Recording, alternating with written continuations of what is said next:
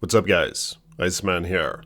So what I'm about to share with you is quite terrifying. So prepare now, if you will, for what is the most horrific bear attack story in Japanese history. This incident took place in 1915, which is known as the Sangbetsu brown bear incident. This bear ravaged an entire village, murdering women and children alike in cold blood.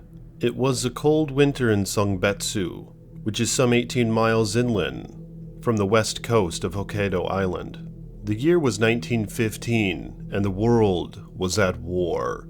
But in Japan, besides fighting Imperial Germany, the inhabitants of Sangbetsu had a different kind of enemy, a huge Usuri brown bear. The bear had woken early from its hibernation, hungry and looking for food. It began a killing spree that would devastate many lives. Due to the meticulous Japanese records kept since that time, almost all of the details of the events are known today. It all began on a mid-November morning when the brown bear appeared on the doorstep of the Akita family. The first encounter with the bear was scary, but essentially harmless, as the bear took some corn and left shortly afterward. Although it was too early for a bear to wake up, meetings with animals weren't uncommon in the area since it was a freshly settled community. Unfortunately, the bear appeared again on November 20. The head of the Akita family became concerned and called his son and some friends from the neighboring village for help. On November 30, they managed to shoot the bear, but wounded it only, and the animal managed to escape,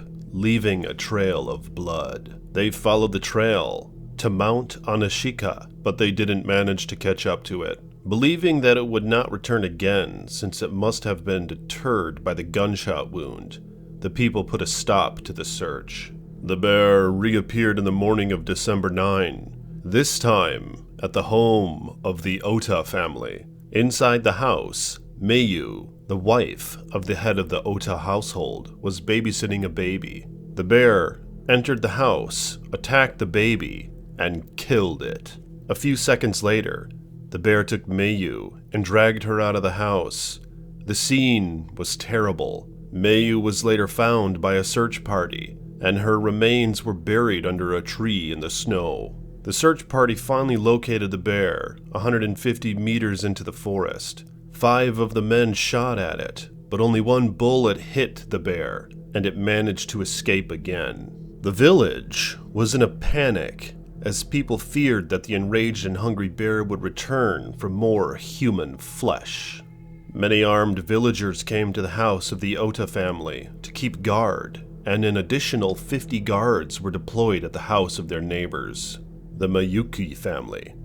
During the night, the bear appeared in the yard of the Ota family. One of the men took a shot at it, but missed. The guards from the neighboring homestead arrived to assist, but by that time, the bear was gone. Nobody could have ever expected what was about to ensue.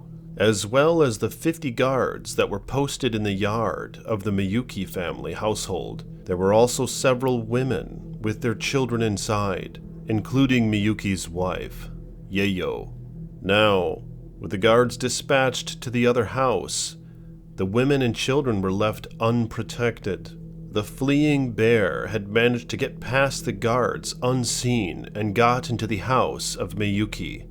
Inside, Yeyo was preparing a meal while carrying one of her children on her back. When she heard noises outside, she went to investigate, but it was too late. The bear was already in the house. Yeyo tried to escape, but her second son tripped her in the dark and she fell. And while she was on the ground, the bear attacked her and bit the child on her back. During this attack, there was only one guard left outside the house. When he heard the noise inside, he opened the door, and the beast left Yeyo and attacked him instead. When he attempted to defend himself, the bear struck him in the back. The bear continued with its killing spree and killed Yeyo's third son. 2 more children and a pregnant woman were killed at the house that night. Yayo somehow managed to escape and alert the guardsmen who were returning from the unsuccessful hunt. She told them about the attack. There were still noises in the house, which was a sign that the bear was inside. The guardsmen recommended burning the house down, but this was rejected by Yayo, who was hoping that somebody might still be alive inside. The guards then divided themselves up into two parties, one at the back of the house and one at the front. When the bear appeared at the front door, the confused guards feared that somebody would die in the crossfire, and the bear managed to disappear into the night. This beast that had killed 6 people in only 2 days had escaped once again. Inside the house, the scene was horrible. Only 2 children survived the attack. When the head of the Miyuki household, who was traveling the night of the attack, found out about the tragedy, he decided to contact Yamamoto Haikichi, a professional bear hunter. When he explained the attack to him, Haikichi was convinced that the culprit was a bear called Kezagaki. According to him, this bear had previously killed 3 women. Haikichi, who had traded his gun for alcohol, refused Miyuki's request for help, telling him that he wasn't in the business anymore. 2 days later, a government team of snipers was formed, which eventually, after some persuasion, included Yamamoto Haikichi. They were intent on hunting down and killing this bear that was terrorizing the region. On December 13, the bear Kezagaki invaded the house of the Ota family yet again, taking all of their food reserves, then continuing on to ransacking a further 8 houses before returning to the mountain. The search party now consisted of 60 men, together with Haikichi. That same night they managed to spot Kezagaki and shot at it, but once again they failed to kill it. A small team led by Yamamoto was assembled to follow the blood trail and footprints of the wounded bear. Yamamoto, who knew Kezagaki's habits very well, managed to track it down under a Japanese oak tree. He decided to move with only 1 man accompanying him, and they got to a distance of within 20 meters of the bear when they fired. Yamamoto shot Kezagaki directly in the heart, and with the next shot, hit it in the head. The beast was finally dead. Kezagaki was huge, and when they measured it, it was 749 pounds and nearly 9 feet tall. Soon after these tragic events, the village became a ghost town, as many of the villagers left in fear of more bear attacks. So what was the cause of this killing spree? Many people believe that the bear woke up early due to hunger, probably making it more aggressive. Today, in Rakusen-sawa, there is a forest shrine called the Senbetsu Brown Bear Incident Reconstruction Location.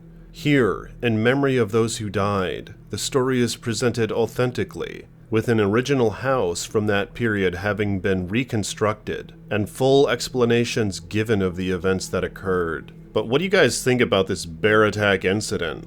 It's crazy how many people it took to finally take down this bear, and how even with so many guardsmen guarding the homes at night, the bear managed to still get in one and ravage an entire family to death. But let me know in the comment section your thoughts on these matters. And do you know of any bear attacks that took place in Japan since this incident? Comment below and subscribe to this page for more chilling tales from the Iceman.